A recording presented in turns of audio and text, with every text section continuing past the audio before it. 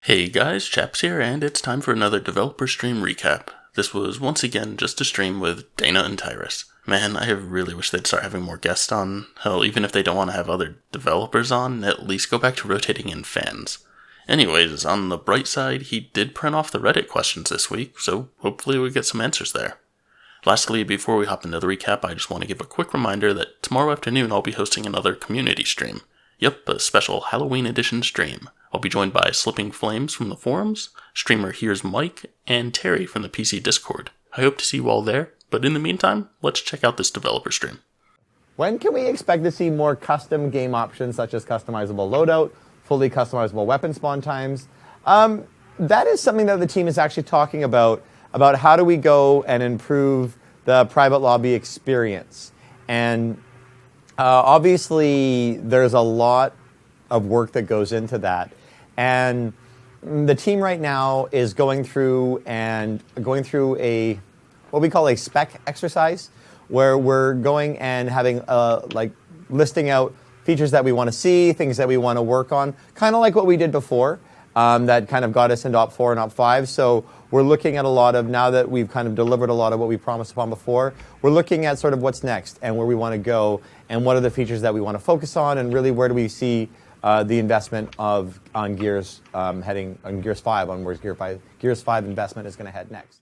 Well, if anyone at the Coalition is looking for custom match ideas, I've got a little something you might be interested in. But seriously, this and the whole next steps thing in general is a really big deal for them to get right. I know with the last Summit thing they had, it was all internal, but I really hope that they reach out to fans this time, either doing something directly with a handful of fans like many studios have done, or just having a more open and transparent dialogue with the community in order to get better feedback. There's a lot that can be done for this game, and it would be a shame to see the Coalition waste this opportunity to get better input from the fans. When is Map Builder coming to MP and Horde? I'm going to say that's really unlikely.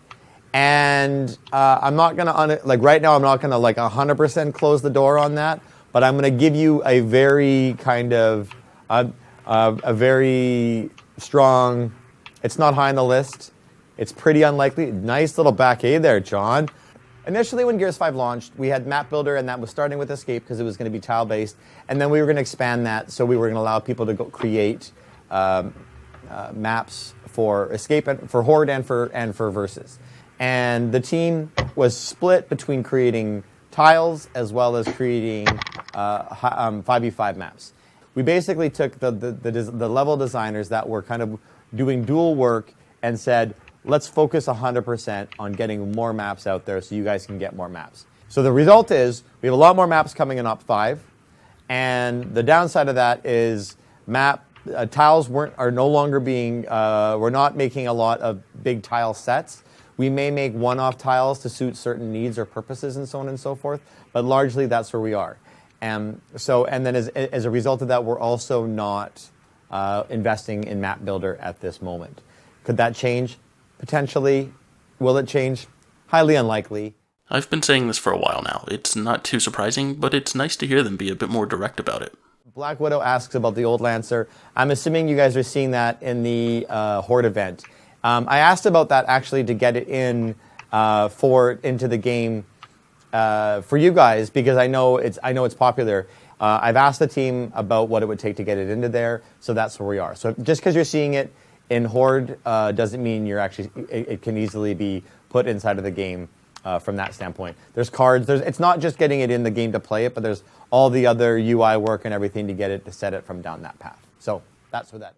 Weicho asked me to talk about Gears Pop. Yesterday, we announced that Gears Pop will no longer be playable come April 26th, I believe is the exact date, as of next year. So we're giving roughly about 6 months for people to go and continue to grind and burn through any remaining stuff that they may have, complete challenges, so on and so forth. Obviously, it's not something that, we're never happy about anything like that. But we are, we were looking at the player population and where we were and the investment and what it's going to take to not just keep the game turned on, but keep supporting the game in terms of creating content, maintaining the meta, maintaining servers, bug fixing, all of those things there's a lot more into supporting a game than just leaving the servers on, so to speak. And for us, we made the difficult decision to unfortunately sunset the game. That being said, we've heard lots of your comments around some of the achievements, specifically the character level 21, which is a grind. Believe me, I know. I'm stuck at level 16, I think. I'm at level 16. We are looking at, I'm having a conversation with the team about anything that we can do to do that. I haven't heard anything, but stay tuned. We will let people know more as we're down that path. For people that have asked about changing some of the achievements, the way Xbox runs their achievements actually is you can't change an achievement because it's unfair to the people that achieved it previously. So the only way you can change an achievement is if the game design is such that you prevent someone from actually doing it. Personally, I haven't played Pop. I am curious to see how this goes down, though. I know our friendly forum moderator Delta has put in a ton of time to this game, and he isn't even close on some of those achievements. I really want to hear what he has to say about some of this. Is Gridiron more popular than Execution? Yes. Yes, it is. So, I still think Gridiron needs a little bit of work, and we can talk about that in the future, but I definitely think that. How come there hasn't been a decision on whether or not input-based matchmaking with PC and console will be a thing in the next 2 weeks? Okay, I understand now. So, actually, conversation had today around the idea of what it would do. Not saying we are, just saying like looking at feature work because obviously you look at the Series X and the Series S, we've seen the performance stats, and it's not that surprising that the performance is very similar for an X and an S to a PC. We're having conversations internally about what it would take to do input-based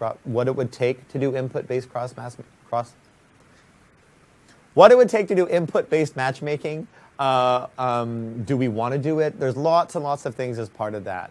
Obviously, we want to go and make sure that everybody's having a really consistent and quality experience, and that's part of it. So the team is investigating what all those features are, and again, we'll update where we are from that. But that is definitely something that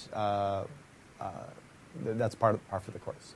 So the mutators are not in Horde. We are, as part of other conversations, what would it be to have those move into versus?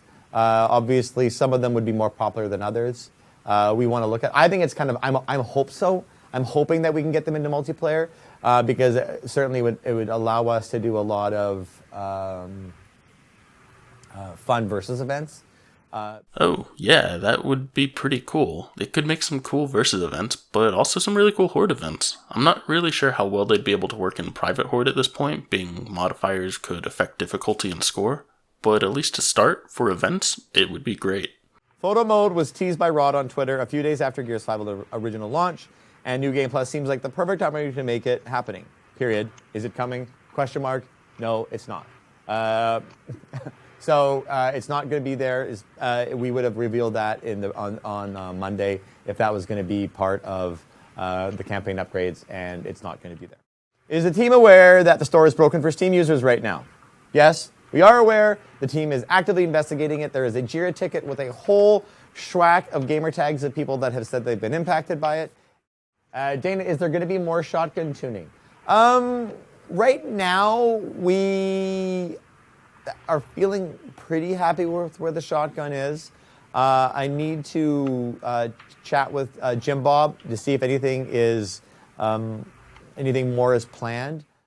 I will say that Op 5 definitely skews more on the PvE side than the PvP side. If you look at what we did for Op 4, Op 4 was where we did a lot of big changes for the store as well as ranked. So that was more of our PvP stuff. And then PvE is one that where this was the focus. Now we're still working on PvP, but with the character classes separation and a whole bunch of stuff like that we've got planned, PvE is certainly the focus of Op5. I know this will make quite a few people pretty happy. We obviously have the separation of classes and characters, and I'm guessing we're going to see some balance updates with the removal of Iron Man and Escape and the ability to scrap duplicate cards. The big questions now, though, are 1. How many new classes are we getting? And 2. How many special events will we get? Those are really what will determine the quality of this update from a PvE perspective. Why did you change the social and tour tabs? So, the rationale was that we added tour to the right side of the screen because it felt like it felt right that tour should be on RT because that's where the tour was, which meant we had to flip social to LT. In practice, I'm literally quoting what was sent to me. In practice, being honest, we probably could have kept it as is. So we made it feel, we did what we thought was intuitive. At the same time, it kind of like with FFA where the Nasher got moved to the other side. It's just one of those ones where the muscle memory is a bit different than the reality. So that's the answer in that. They think that that's intuitive, but I would strongly disagree with them. As I said in a recent video, the tour menu makes sense to keep left aligned, so it should swipe in from the left and be on LT. More importantly though, the social stuff is always on the right, not just in that menu, but any social thing in any of the lobbies. For that reason, the social menu should stay on the right and be pulled out from RT. I'm curious to see what they do with it in Operation 5, because as it stands right now, it's abysmal from a UI design perspective. Dana, did you ask about the possibility of a more in-depth web-based stat tracking system? Yes, I did. I was talking with him, and he said that it's something that we have to have a bigger conversation around, but it's definitely feasible. So we just need to talk to dev team, us, to what do we want to do to live on the website and not beyond that. Oh, so as the Op4 comes to an end, so all of the skins that have come out this operation, you'll notice they go in the news section, and then they move featured, and then they head into the Op4 section. Now, once this operation is over, anything that is inside of the operation, not anything, there may be 1 or 2 items that go to essentials. I actually don't have the list. But keep in mind that stuff that is in the operations section may end up moving into the vault that we will bring back in the featured store section or whatever it is at a later date. So, if there is a piece of content that is important to you and you have Gears coins, now is the time before the end of Operation 4 to go and get that content that you want, because there's no saying when it will be available for you to pick up again. Of course, when it does come back, most likely will be both for coins and iron, but I just wanted to flag that you guys, when we created the new store, that was part of the things. This is our first run through with the new sections of the store. So yeah, make sure you pick up anything in the store that you really want. I'll probably scroll through in the final week to see if there's anything special that I want to spend my credits on. Max Face, the change. I was reaching out and asking around that, and I actually saw that someone sent me a link around this, like while I got it on my phone, so I haven't been able to, I can't answer that one just yet. I believe it's something to do with the new DLC. And it was a change went out earlier than it should have, but I believe it's connected to the DLC. But I need to kind of follow up, and maybe I'll answer that inside of the Reddit thread when I get more details on that one. So I'm going to butt in here, not about Max Face, but about what Dana says next. He spends the next few minutes speeding through some questions from Reddit and saying that he's trying to follow up on some of them with people. I appreciate that, and I know a lot of fans do as well. But the simple fact is that most of these questions that he called out are ones that have been in this thread for months now. And no, months is not an exaggeration. These questions have literally been in there for months, for most of them at least. It's nice that he's looking at the thread, but if we could get them to look at things a bit sooner, not to mention maybe every week, it would not only help the fans get better answers, but it would make his job a lot easier. Oh, and just to be fair, there were a select few in there that he wasn't skipping because he hasn't gotten the answers yet. A few of them are just things that he wanted to wait until Operation 5 dropped to discuss in more detail. Why aren't players searching globally as long as they're below the ping limit? And then they have a sub-bullet that says, being people in EU can't find a match, but if they team with an American teammate, they can find a match instantly. This leads to believe that they are region locked. That's actually not true. That psychologically may happen, and I don't know where that's going with that standpoint. You could be adding a new variable in terms of rank or skill or what have you. The way we don't, with our matchmaking, we actually don't region lock anybody. We ping lock them. So as long as this person said, as long as they're below the ping limit, those people are able to match regardless of where they're playing, which is how some people find themselves playing against certain people depending on the time of day and the playlist that they're choosing and so on and so forth. So while I'm not disputing what you wrote, that is like the way our matchmaking works is based on that. So we don't region lock anybody. So I specifically put that question in there after hearing many of you discussing this exact situation. I can't speak to it myself, but I know many people, including some big creators, have expressed that they've seen this. So I guess I'll just encourage you to reach out to Dana if you're still seeing this issue. A lot of times, we make the patch notes as detailed as we get them. So the way the patch notes process works is we go to our teams and we say, hey, can you send us the patch notes? And we get them and we vet them. And sometimes there are things that get added that don't get documented. And there are some times when there are things where we forget to ask someone. And I'll take ownership on that side, where something is missed and it's not intentional. It's just either that it doesn't get reported to us, or we've gone through and we've checked and it just didn't go through from that standpoint. I think I just made it more worse. Are you guys finished adding new PvE classes, or will there be more added, e.g. new units, passives, cards?